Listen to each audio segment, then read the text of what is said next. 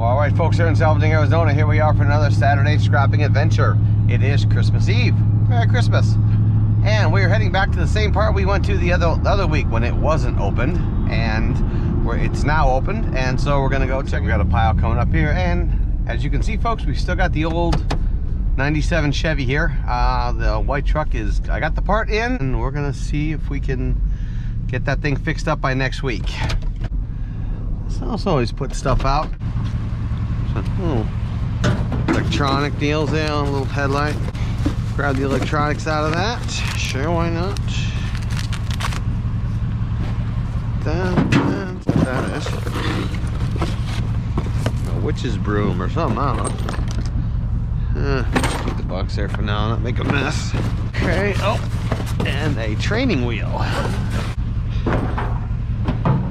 Thank you, ma'am, I appreciate it.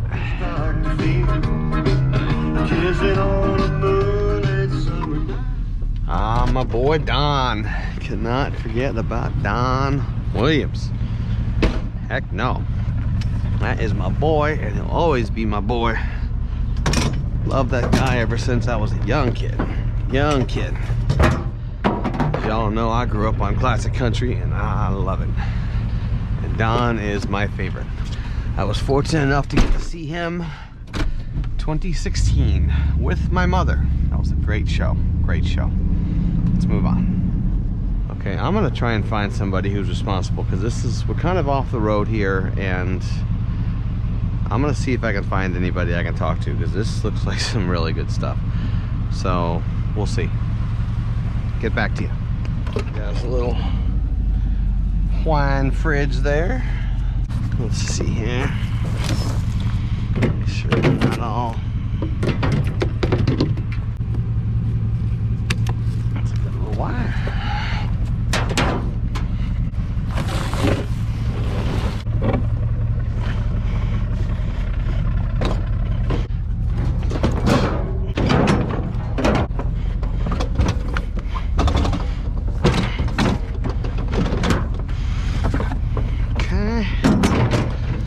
These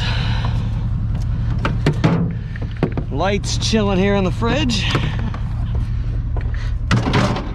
Make sure they're nice and cold. Let's see if there's anything in there. Cleaning supplies. Well, I'll take cleaning supplies. I'm not proud. Inflation the way it is. In fact, I'd much rather get it here, because here it's free. One multi-surface foaming cleaner. And the other added benefit to scrapping, it saves your grocery bill. Saw one thing. Woodsy owl. There you go. Give a hoot, don't pollute. Spy me an Arizona special. They're trying to hide it from me. I don't want to hide my Arizona specials. Come on now. Come on, man. Looks like we got a few cordages going on here. That's weird. They clipped one, but not the other. That's weird. Okay, well, on sheer volume alone, this one's sure worth looking at. Yikes. Okay. Somebody ordered a lot of Amazon Prime. Seriously. A pile as tall as me, ain't saying much, but of empty boxes, all Amazon. That's crazy. Huh. Well, we're coming up on what Paul would call a clothes rack. We'll see what else they got here. We'll see what else they got. So I've explained before, folks, I would love to have a backyard I could pull into and just throw off all this stuff, but alas, I don't. So, stuff like enormous clothes racks like that, I do not have this room for, unless I happen to go out on a midweek, but today is not that day, so that will go to somebody else and we'll move on. Now, let's see what we got going on here. Okay. Fussy stars. Oh, okay, the old above ground pools. All right. Water, that does. Let's empty out that water and then we'll get that. And in the meantime, let's start chucking this.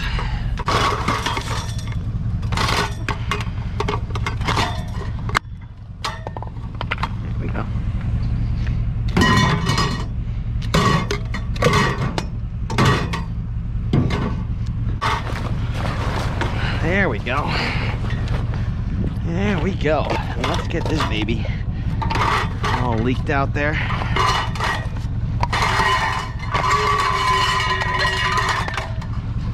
Don't need the plastic.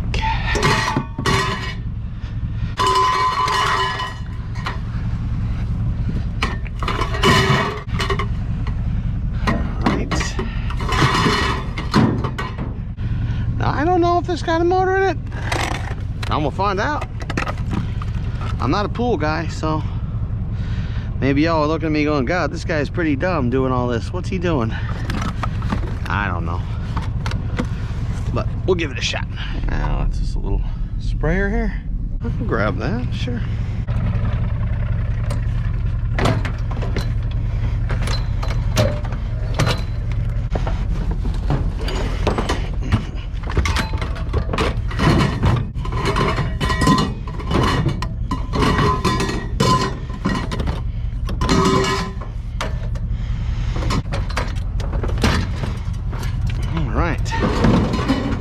You know what's funny is I'm not seeing the furniture pickers out today. Maybe because it's Christmas Eve, I don't know. But normally I would have already passed about 3 or 4. Seems like we got a lot of stuff here, huh? I wonder if he's gonna wanna get rid of some other stuff. I literally just got one of these Primo ones the other day, which I haven't quite checked on to see if it works. So, but it looks like it does actually. Okay, let's put that there so we don't lose that.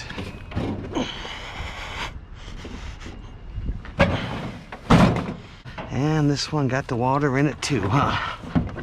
Huh, okay. All right, we'll let that go for just a bit while we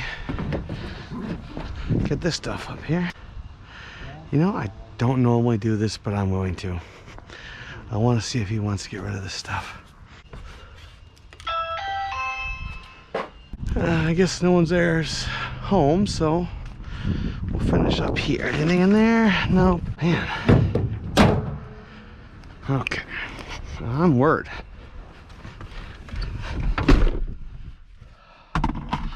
There's another big one right down there. Huh. And y'all tell me, I mean, do you guys knock on doors? I don't know.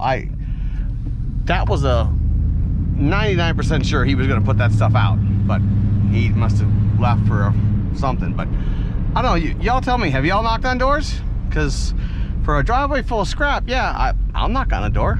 Shoot, I mean, why not? But y'all tell me, I don't know. A U-Haul and a pile. I like a U-Haul and a pile. That means there's probably gonna be some goodies. Okay, let's get all the steel on here. Appliances. Oh, look, a little thingy fell. We'll deal with that in a little bit. Okay, Steve.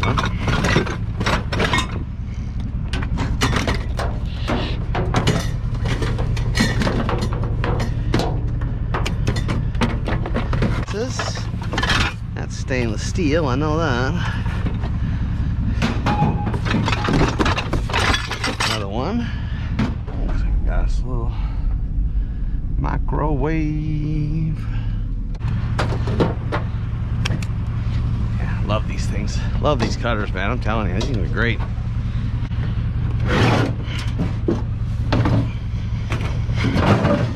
Oh. Get the glass out, Steve-O.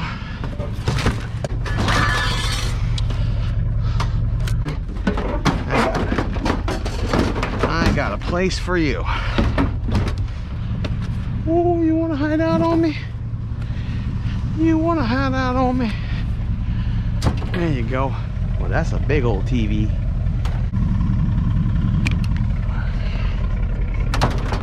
We got the steel going on. We still rolling? Oh yeah, that pretty face says we are.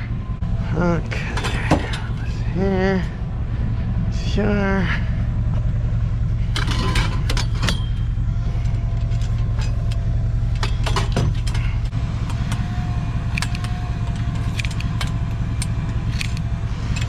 There's that.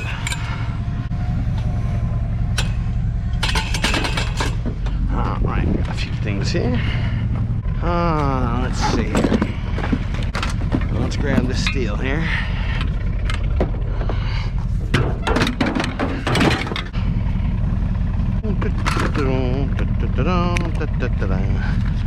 And we take them. Well, all right, folks, here in Scavenging in Arizona, we're gonna take a little trip back in time to Higley Hot Dog. Now, Higley, Arizona was a place at one point. It's now been taken over by basically the town of Gilbert, but nice little place. Cool little Vienna sausage place here. Got the little outdoor picnic thing going on here. Here's that hot dog for you. Cool. And this is what we're dealing with here, folks. Chicago dog. Being from Mount Prospect, Illinois, right outside Chicago, right up my alley. Gonna have this and do a little bit more scrapping. Definitely worth a look. Oh, how cute. Little kiddo toy here. You know what? There's a little girl across the street. I'm gonna give that for her. Oh, and one more thing, folks. I just became the grandfather of a little girl 2 days ago. My little Mandy had a baby and little girl, and I am very proud of her. She is still at the hospital right now. She's got a few things that they got to work out with her, but she should be home hopefully by tonight. And I'm happy, man. Grandfather times 2. Hell yeah. Well, all right, folks, as we head in a whole another new neighborhood here, we're going to do a PD story time. Yes, that's right, PD story time. And today we're going to talk about a little different subject, but something that cops deal with a lot. 2 things certain in life, and that's death and taxes. And we're going to talk about the first one today. Now, I'm not going to get gross. We're not going to get nasty, but death is something you have to deal with in life. And one thing, as a patrol officer, you will deal with are death calls. Now, how does a patrol officer respond to a scene like that? Now, I'm not talking about, you know, homicides, big things like that. I'm talking about wake up in the morning, 80-something-year-old grandma has unfortunately passed away in her sleep. There she is in bed, and what do? That's what we're going to get into today. So, as a patrol officer, especially when I work days, I worked 5 a.m. to 3 p.m. So if you're going to get a dead body call, then that's the time, because when most people are waking up, that's when they see it. So, and the natural deaths are what a patrol officer will take. Natural death meaning somebody, like I said, grandma, 80 years old, passed away in her sleep, something like that. Anything bigger like that, you know, you're talking homicides, suicides, things like that, of course, you're going to go there as a patrol officer, but your job at that point is mainly secure the scene, call the detectives in, protect the scene while they do the work on the main big scene. But if it's just, I shouldn't say that, it's not just a grandma, it's grandma. Grandma's in bed. She's passed away. How do you handle that? Well, in Arizona, there's an attended death and an unattended death. Real quick, unattended means that you were at a medical facility. Unattended means you weren't. And in life, there is a birth certificate and a death certificate. When you die, you must have a doctor sign off on a death certificate. Now, on a unattended death, there are 2 ways that you can get the death certificate signed: through the medical examiner's office or through a mortuary service. And the way you do that is you determine the scene. You look at it. Obviously, if it's 80-year-old grandma who died in bed of old age, then that's probably going to wind up being a mortuary case, and you will call a mortuary, and they will come and pick up the decedent and take her off to the mortuary. If there's anything else, that's when you would call the detectives, or let's say if there's something at all weird, okay, and we're big on that. If there's anything weird at all, we call the medical examiner. Like I said, we only take the ones in patrol ourselves that we know, and also we have to get a doctor's approval. So the fire department's got to come, they have to call a doctor, they have to say, this is the person, this is what was wrong with them, this is what we think happened, and then the doctor will decide yes or no whether or not they will sign that death certificate. Once that death certificate is signed, then that person can go off to the mortuary, and the family can have their life celebration or whatever they wish to do. Now, one thing you must do too is you have to deal with the family. Sometimes that's very difficult. Sometimes it's expected and everyone's calm. Other times it is not, and that can be very traumatizing sometimes. In fact, in my last year, I had one of those, and that kind of made me think, you know what, I don't think this is for me anymore. It was really it was a bad one. But for the most part, you know, I'd say 95% of the ones that we get are normal, you know, whatever. I had one where it was like 6 in the morning. We had nobody on. You're supposed to have a sergeant and 2 other officers there with you. My sergeant said, I can't go. We have nobody else. There you go. And this was a 80-something-year-old woman, and the family helped me. They helped me process the scene. We called the medical examiner, and then we wound up calling a mortuary, and it was crazy. Here's another little, if you want to call it comical, a guy's wife, older guy's wife had passed away, and we have a social service agency that comes out, and they will assist you dealing with mortuaries, dealing with grief counseling, things like that. And most of them are female, and a lot of them are young, pretty girls. And I'll never forget this guy. This old guy's wife was passed away inside. He's out in front hitting on these young counselor girls, and I don't mean slightly. I mean, he was hitting on them. It was funny. I just thought that was a good one. Mortuary employees. Let's talk about them real quick. From actual mortuaries, real cool, very, very professional, very nice, well-dressed folks. Then there are services who come and will pick up a decedent from that, and they advertise on Craigslist. I've seen that in the like miscellaneous section. It says it's really vague, and then at the bottom it says must be able to lift the weight of a human body. So, and on those, you'll see a guy show up in a white van with a refrigerator on top, white shirt, black tie, black pants, Blues Brothers style. 2 dudes, that's who shows up. Oh, one last one, again, humor, I don't know if you want to call it that, interesting, we'll see. My very first dead body call was just like I explained. The old lady had passed away in her sleep. I was in training, this is 1997. I was there with my training officer, and part of even a regular examination in a death call is you have to touch the person in some way, just to make sure, you know, you've all watched Forensic Files. They say, hey, the cops didn't see this. Okay, well, you have to touch the person in some way, you know, to make sure everything's all good, even though, you know, it's just a grandma who died.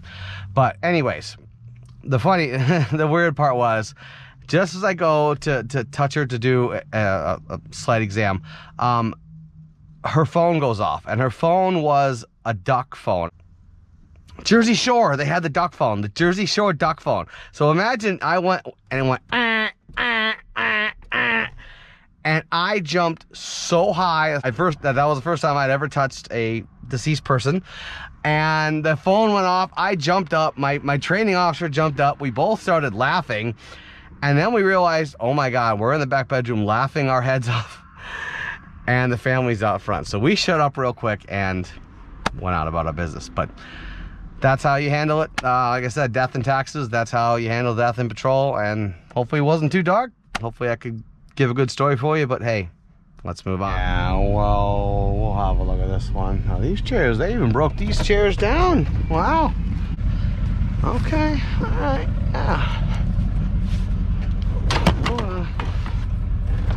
Start putting that on there. Huh. Even better. Yeah.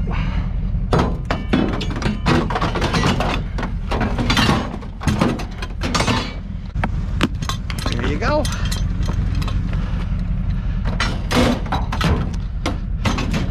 All the metal, none of the gunk. Now this one's got some steel in it.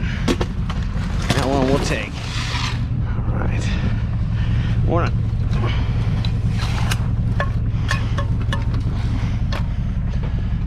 All right. Let's see. I don't have room for the whole thing, but let's see if I can just grab parts of this. Why not? Yeah? Sure. And looks like we got us a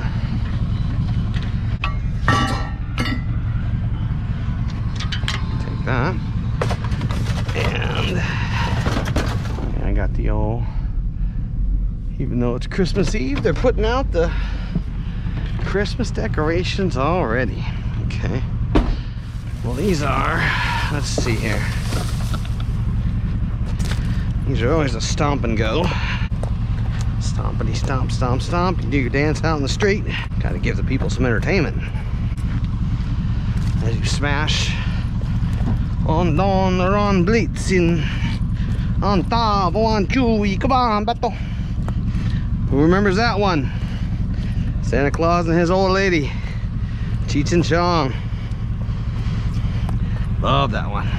It's probably one of the only Christmas songs I'll listen to all the time. I'll always listen to that one. Guy had a real chart, man. You know, chart. We forgot a reindeer ear. Can't forget that. Okay, well, looks like they got half the house out on the street. That is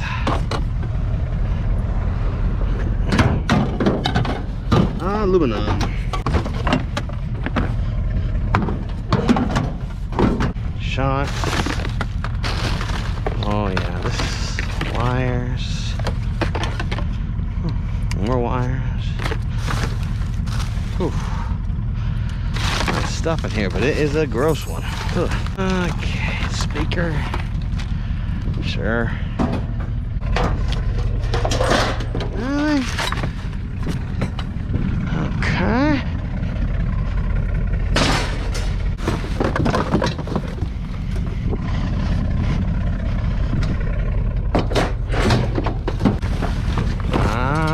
Okay. Only I don't clean this out, but what the heck, why not? Why take all this stuff home when you don't have to? Thanks. Now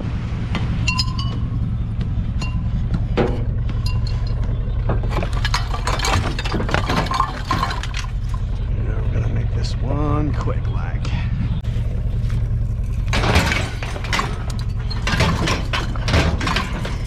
Another one worth having a look at. We got a little leaf spray action here.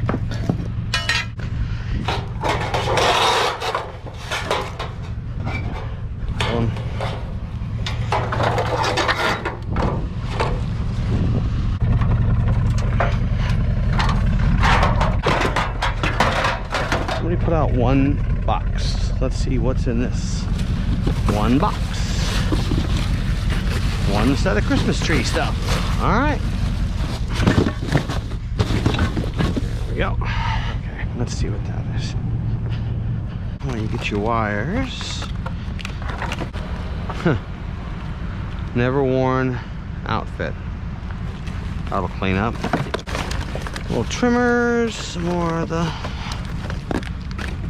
paint brushes. I know you go through those like crazy. Okay. You know what? Let's look under here. Just for good measures. As I said, people do hide stuff sometimes. Sorry, what did I just say? People hide stuff sometimes? Yeah, there you go. There you go. That's a big old thick cable. Hiding. You can't hide from me. You cannot hide from me.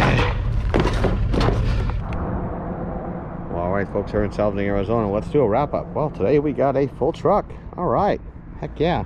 Even at the last minute here, got some good motors, some good thick wires, got electronics, refrigerators, a couple of them, water coolers, all kind of good stuff. A lot of good stuff today in the little truck without the rack. The other one, hopefully by next week, we'll have the rack, and also a little added nugget for my Canadian friends here. I've mentioned before I love Canada, and in 1989 I was fortunate enough to go to the Quetico Superior Provincial Park and canoe there. I spent 7 days canoeing all through here, starting on the American side and crossing over into the Canadian side. So Canada, love you folks to the north. Take off, eh? Thanks again, folks. See you next week.